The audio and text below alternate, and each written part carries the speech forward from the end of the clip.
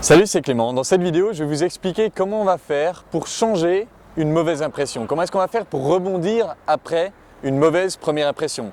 Et l'exemple type, c'est quand je suis arrivé à notre conférence. À cause du bus, je suis arrivé 1h30 en retard à la conférence. J'ai pas eu le temps de me changer. Je suis arrivé avec des vêtements qui sont plus ou moins mon pyjama. Je suis arrivé totalement... Voilà, je suis passé devant tout le monde, je me suis mis devant. Et grosse, forcément, mauvaise première impression. Et ce que j'ai fait, c'est que j'ai démontré en live comment est-ce qu'on va faire pour le changer. C'est ce que vous allez voir dans la vidéo tout de suite. Ah putain, ça fait 8 heures que je suis parti, je crois.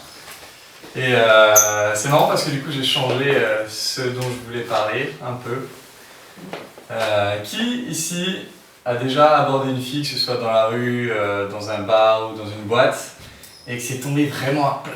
Vous arrivez et il se passe rien, c'est vraiment l'atterrissage forcé où t'arrives et pff, merde. Ça j'ai arrivé à plusieurs, ouais, je vois ça. Eh ben, je pense qu'il est plus difficile, il est difficile de faire plus atterrissage forcé que ce que je suis en train de faire là. C'est-à-dire que j'arrive 1h30 en retard à ma propre conférence, j'en oublie même de lancer mon dictaphone.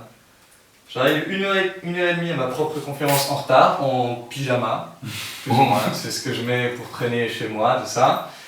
Et ça m'a fait penser au final à quand on arrive, on va aborder une nana, et là, elle se retourne, et puis le fameux regard de what the fuck.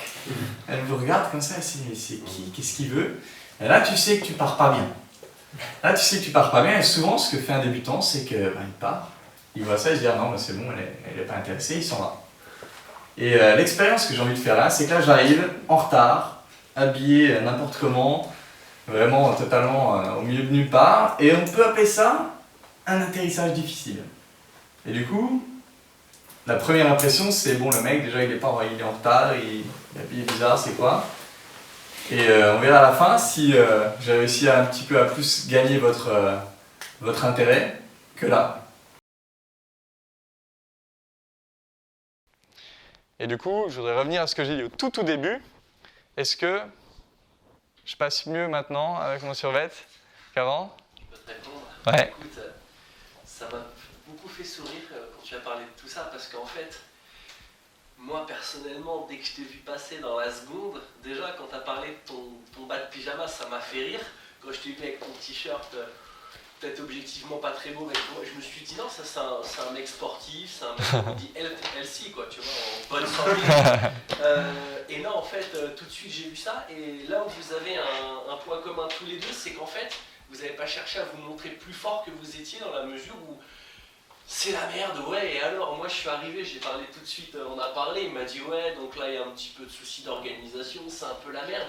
T'as pas cherché à dire que tout est sous contrôle, comme dans une série américaine. En fait, je voulais faire un exercice que j'ai pas fait finalement, qui est un exercice de vulnérabilité, où je pensais, je me suis dit comme ça va être, c'était un peu compliqué, je me suis dit pendant une minute, je vais être à 100% moi, et je pensais vous dire ok, c'est la merde, je me sens un peu stressé à cause de ça, je sens que mon rythme cardiaque augmente, je sens que je rougis légèrement, ça me dérange, quand j'étais gamin ça me dérangeait de rougir. Enfin je voulais faire un truc comme ça, finalement je ne l'ai pas fait. Et on est revenu sur ça, enfin, Clément en a parlé, vulnérabilité, authenticité, c'est lié, quoi, c'est clairement lié. Et c'est important quoi, dans tes interactions, pareil avec les femmes. Quoi. Moi je me souviens tout au début quand je commençais, ou même quand je fais des pauses, que je recommence à aborder des filles dans la rue, ça me dérange pas de leur dire, ça me stresse un peu de le faire, j'ai pas l'habitude, bon c'est pas vrai, faut pas le dire, quoi, j'ai pas l'habitude, mais ouais, vraiment authenticité, c'est un truc qui aide beaucoup, ça aide beaucoup. Et en fait, ce que... Ou même t'as un rendez-vous avec une fille, tu lui dis ok, enfin, je suis un peu stressé, elle se dit ouais c'est vrai, et tu remarques ok, ben, il est un peu stressé, il me le dit, il a le courage de me le dire, et toi ça te décharge d'une pression, c'est impressionnant. Parce qu'en fait on a souvent tendance à sous-estimer ce que l'autre peut entendre, et notamment en termes de vulnérabilité, alors que justement au contraire ça pose du vrai, ça pose du solide, de l'authentique. Et à partir du moment où on l'a dit, en fait, dire j'ai peur ou je suis stressé ou je suis pas très à l'aise, en fait, c'est comme si ça exorcisait justement un peu cette peur et qu'après on part sur du vrai, de l'authentique en fait. C'est libère un peu aussi.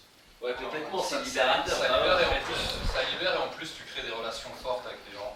Il y a un truc de manipulation, enfin manipulation, prends-le comme tu veux, qui dit si tu veux créer un lien très fort avec quelqu'un très rapidement, dans le début de l'interaction, tu lui lâches un secret énorme. Tu lui dis écoute, je vais te lâcher un secret, machin, et bam, directement la personne a l'impression waouh, il s'ouvre à moi, il est vulnérable, et c'est un truc qui crée des relations énormes, donc vulnérabilité, ça.